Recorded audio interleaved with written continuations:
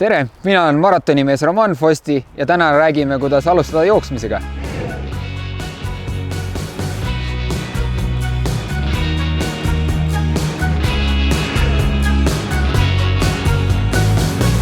Üldiselt jooksmine sobib kõigile, muidugi kui sa oled ülekaaluline, siis võib-olla tasuks alustada kõndimisest, ujumisest, rattaga sõitmisest. Kuid nooruses me kõik ju jooksime, pärast tuli ülikooli karjäär, siis töökarjäär.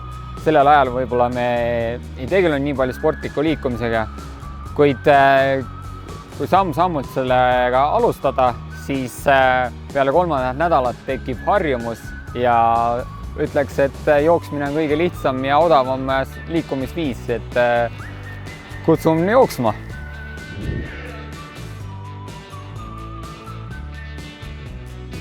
Õige jooksutehnika, kui võtame ülevalt alla, on nii, et pilt peaks olema suunatud 30 meetri peale. Lõug on ikkagi üleval vaates, et ei vajuks alla, et kopsud oleksid ikkagi lahti. Käed töötavad kämblast, mitte õlgadest.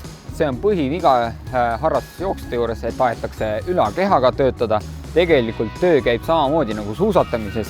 Kämblast tuleb kuni rindade juurde ja puusanukkide juurest, et käsi pea väga palju taha minema, kuni käe juurde ja siit. Oluline on ka puusade töö. Olete näinud, et kiirkäijad käivad ligi 4 minutit kilomeeter, et seda isegi annab joosta, nii et puusade töö on väga oluline. Järgmisena võtaks selle, et milline nurk peaks olema põlve juures, siis öeldakse, selline väike nurk võib olla, aga ei tohi tekkida sellist istuvat asendit, et kui see nurk läheb liiga suureks, siis tuleb koormus põlvedele. Nii et püstisene asend pigem ja pöiatöö toimub niimoodi, et pöid on enda peale sirutatud, mitte alla. Nii et jala maandudes peaks tulema keha raskus keskme alla või natukene endast ettepoole 10-15 sentimeetrit. Ja jalg põhimõtteliselt tuleb väliskülje peale, et tekiks amortisatsiooni ja rulluvuse moment ja sel hetkel siis läheb korraks jalg täis tallale ja tuleb äratõuke moment, kus pöid jääb maapinnaga risti. Et siis saab lõdvestuda ka tagareis ja pöid. Et ma olen näinud paljude harrastajate puhul, et joostakse kas üle kanna, siis tekivad põlvevigastused või täistalla peal, siis ei teki seda lõdvestusmomenti ja ütleme, see lihaste pinge tuleb palju kiiremini.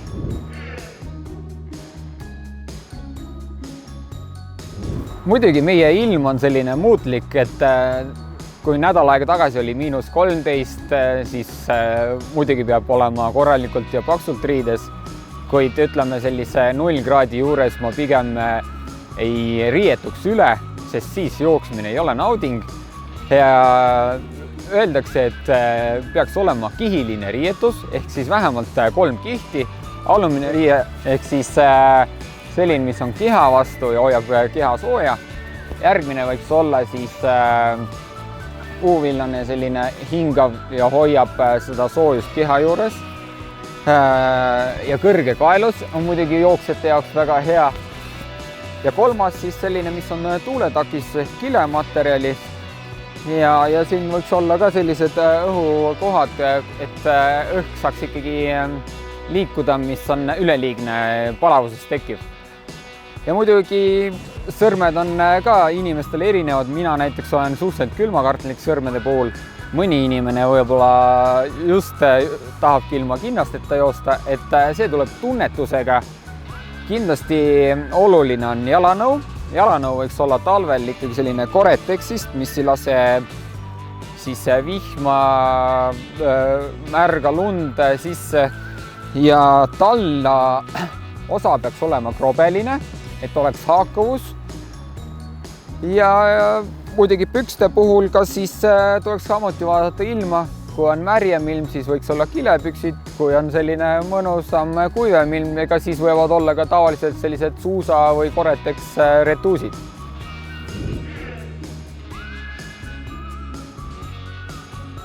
Ütleme nii, et koolis on hinded 5, eks. 5 on väga hea, siis samamoodi võiks olla ka liikumisega. 5 korda nädalas, see oleks väga hea. 4 oleks hea, 3 oleks rahuldav, see juba hoiaks seda taset, 2 ikkagi mitte rahuldav. Nii et liikumine, et oleks aeroobne ja ehitaks meie vundamenti, peaks olema vähemalt 40 minutit. Ise ma ütlen, eks selline pluss venitusharjutused juurde, ehk siis 60 minutit. Kui me võtame 5 korda 1 tund, et nädalas võiks ikka 5 tundi tulla liikumist, kas see on siis oma keharaskuse tehtud harjutused, kõndimine, jooksmine, ujumine, et kõik see on see, mis ehitab meie tugevat vundamenti, et maja püsiks terve.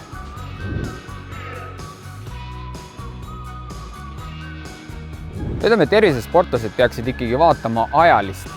Et kilomeetrid ei ole oluline, sellepärast, et praeguse ilmaga näiteks mina jooksen vähemalt pool minutit aeglasemini, kui ma jooksen suvisel ajal. Et sellepärast ei ole mõtet seda aega vaadata, kilomeetri aega, vaid tuleks vaadata seda läbitud distantsi aega. Nii et treeningud võiksid nädalas olla ka diferentseeritud, et kui ma täna jooksen näiteks 40 minutit, siis homme see võib olla kas 50 minutit, nädalavahetusel need treeningud võiksid natukene pikemaks teha, et pigem vaatame seda läbitud aega, mitte läbitud distantsi.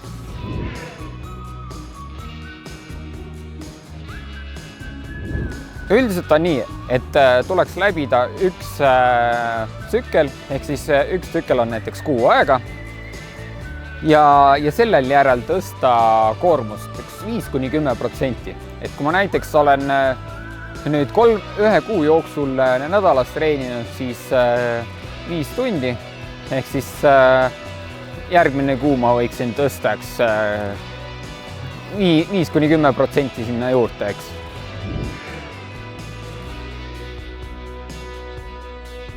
Tervisesportlane võiks ikkagi aastas või üle aasta käia spordiarsti juures või siis külastada oma perearsti, rääkida temaga. Ja 3. variant on võimalus tänapäeval minna siis näiteks Synlabi laboritesse ja anda oma vereproov, et näha, milline on minu verenäitajad, kas hemoglobiini tase on okei, kas D-vitamiini tase on piisav. Nii et selliste asjade puhul tuleks kindlasti tähelepanu pöörata, kuid oluline on siis vaadata, et mu treeningud oleksid 80% aeroobses ja 20% anaeroobses. Et see 80-20 reegel kehtib ka siin. Mis ma olen näinud, et tavaliselt ikkagi paljud, kes alustavad jooksmisega, jooksevad ikkagi liiga kõrge pulsiga ehk siis segarežiimis, ehk nende treeningud on ikka 80% on selles intensiivses tsoonis või segarežiimis ja 20% on ainult selline vundamendi ladumine ehk aeroobne, kus toimub rasvade arvelt võetud energia. Nii et tasa ja targu tuleks alustada.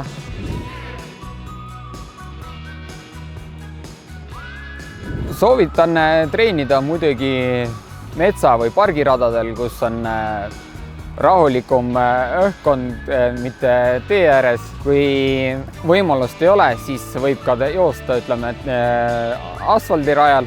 Tänapäeval on tehtud uuringud, öeldakse, et asfaldil jooksmine ei ole kahjulikum kui jooksmine näiteks metsaradadel, seepärast et meie organism harjub ära kõvema pinnaga. Muidugi see võtab aega, aga üldiselt jah, et jalg tunnetab ära, milline pind on ja seda pehmemini ta asetab ennast selle pinnale.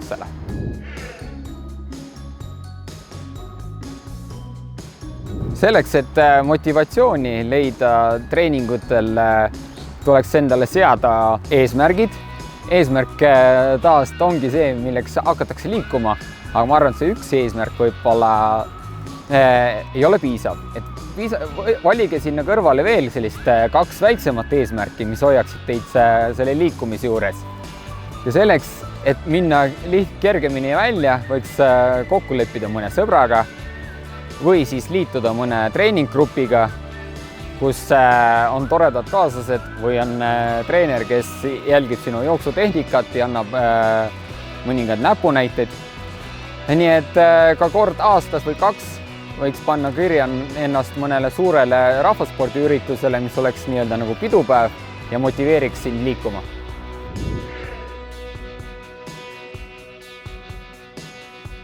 Ütleme, et septembris on Eestis kõige suurema Tallinna maratoni üritus. Kui praegu on talvine aeg, siis peaks ikkagi 95% meie treeningust olema aeroobsed.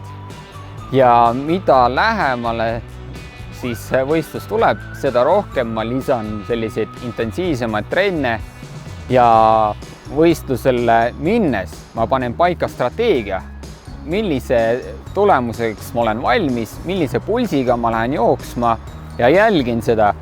Et väga lihtne on selle eufooriaga kaasa minna, kui stardipauk antakse, kuid tuleks säilitada kainet mõistust ja vaadata oma kella peale, kas see pulss lubab mul nii kiirelt joosta. Ja muidugi kõige lihtsam on see, kui hingeldamine läheb liiga intensiivseks, siis tähendab, ma olen juba anaerobses toonis ja selline tempot ma ei suuda väga kaua vastu pidada. Muidugi viimase kilomeetri ma võin jalad nii-öelda kõhu alt välja võtta ja pingutada, kuid seda ei tohiks teha distantsi alguses. Oluline on mõned päevad enne võistlust korralikult puhata, ehk siis magada vähemalt 8-9 tundi. Võistluspäeva hommikul tõusta 3-4 tundi varem ülesse, et teha korralik hommikusöök.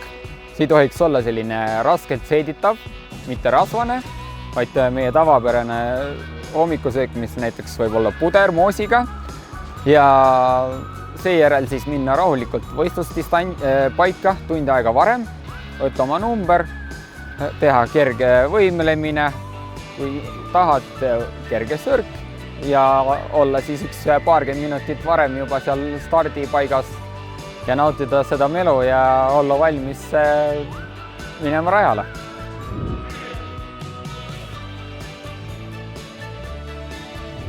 Vee joomine on väga oluline. Mina tavaliselt enne treeningut joon oma koguse ära, et ma ei peaks tassima kaasa. Ja muidugi ma mõtlen läbi sellise trajektoori, kus tee peale näiteks jääks kaev. Et tänaval näiteks Järve terviserajal on kaev olemas, väga tore. Ja muidugi, kui ma lähen mõnele pikemale ringile, siis ma pistan tasku kas mündi või siis pangakaardi ja lähen mõnest bensujaamast läbi ja võtan joogi kaasa.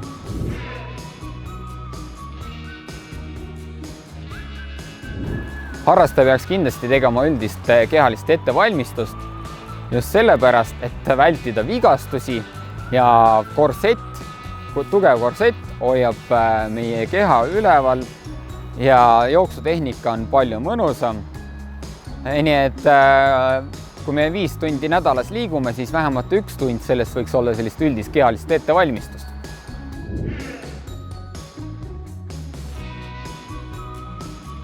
Selleks, et jooksutreening ei muutuks üksluiseks, ma soovitan vahetada keskkondi, vahepeal treenida mõne sõbraga, kuulata podcaste jooksu ajal.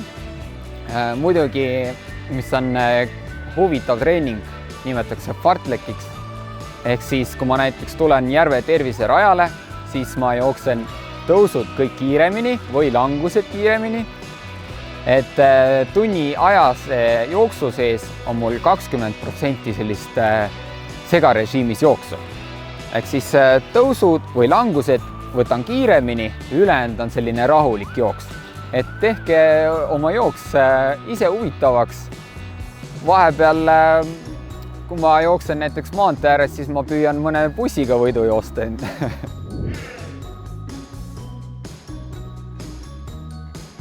Enam levinud vead on see, et joostakse liiga kõrge tempoga, ehk siis hingamine on liiga intensiivne.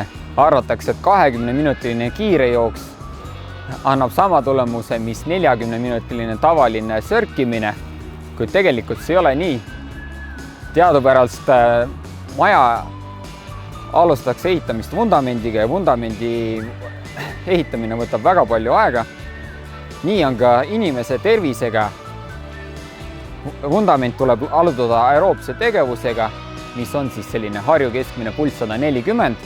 Et kui meil pulsikell ei ole, siis me võiksime jääda seisma ja vaadata lihtsalt stopperi pealt, et 10 sekundi jooksul palju meil see pulss on. Kui see pulss on kuskil 23-24 10 sekundi jooksul, siis tähendab, et see on õige pulss. Treeningud peaksid olema diferentseeritud, ehk siis jõusaal, ujumine, et see ei tähenda, et ma iga päev jooksen. Mõni treening võibki olla mõni muu spordiala. Ja muidugi treeningplaani ei tohi kuskilt kopeerida internetist või näiteks minu treeningplaani võtta ja püüda seda teha. Inimesed on erinevad ja kui jäi trenn tegemata, mida sa tahtsid teha eile ja mõtled, et täna teen siis 2 trenni järgi, see on ka vale.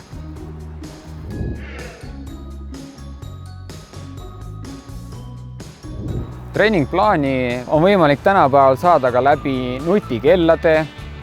Erinevad internetilehed pakuvad ka treeningplaane. Neid võib kasutada, see võib ka sind motiveerida, kuid on võimalik ka ise võib-olla paika panna. Et kui ma pühapäeval ikkagi mõtlen järgmise nädala läbi, panen paika, mis treeningut teha, seda lihtsam on mul seda teha. Sealjuures tuleks ikkagi jälgida, et kas ma järgmine päev võin trenni minna, kasutades ortostaatilist testi. Hommikul, kui tõused, mõõdad lamades pulsi ära ja siis tõused üles ja 1 minuti jooksul vaatad, mis on selle üleval olles pulss. Ühesõnaga, kui mul näiteks lamades on 60 lööki minutis ehk 10 sekundi jooksul loen ära ja korrutan 6-ga, samamoodi tõusen püsti ja selle minuti lõpus loen viimasel 10 sekundil oma pulsi sagedus ära. Ja kui see vahe on üle 15 löögis, öeldakse, et ikkagi organism ei ole taastunud või oled väsinud, et siis tasuks teha siis kergem treening või siis isegi treening ära jätta.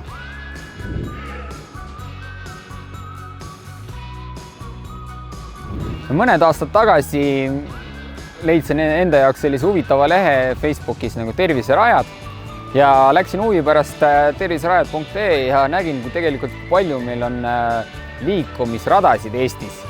Ja vahepeal olengi sõitnud Tallinnast välja, et avastada teisi jooksuradasid ja väga mõnus on liikuda sellistes kohtades, kus on ikkagi sul märgistus olemas ja on jõulinnak.